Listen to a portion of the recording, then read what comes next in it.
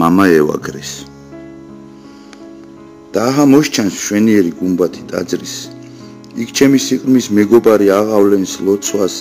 ვცდილობ დავაწყო არეული გონი და აზრი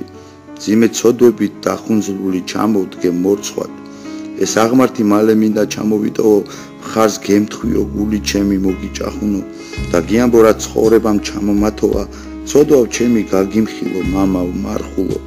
რო შეგხედავ მავიწყდება ყველა იარა აღდგენილი სვეტად გახა როგორც ლაზარე